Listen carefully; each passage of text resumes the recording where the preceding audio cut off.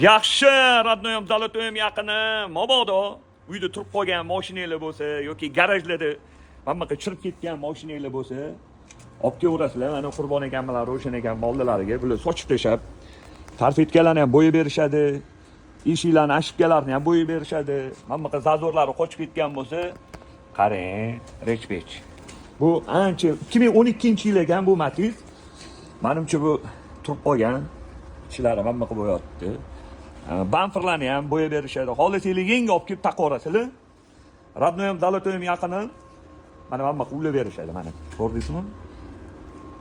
Mana ichlari bilan chiroyli qilib.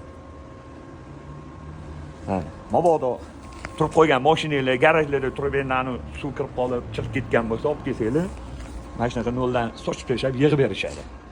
Qarang. Pechkasi qattiq edi buni. Lekin ajoyib bo'lar ekanda.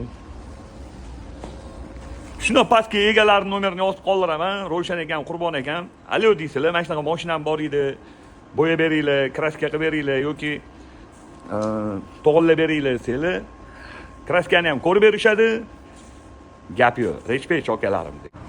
Mana bu siradu polirovkaga olib ketdilar akamiz. Qarang, men bemalol ko'ryapman.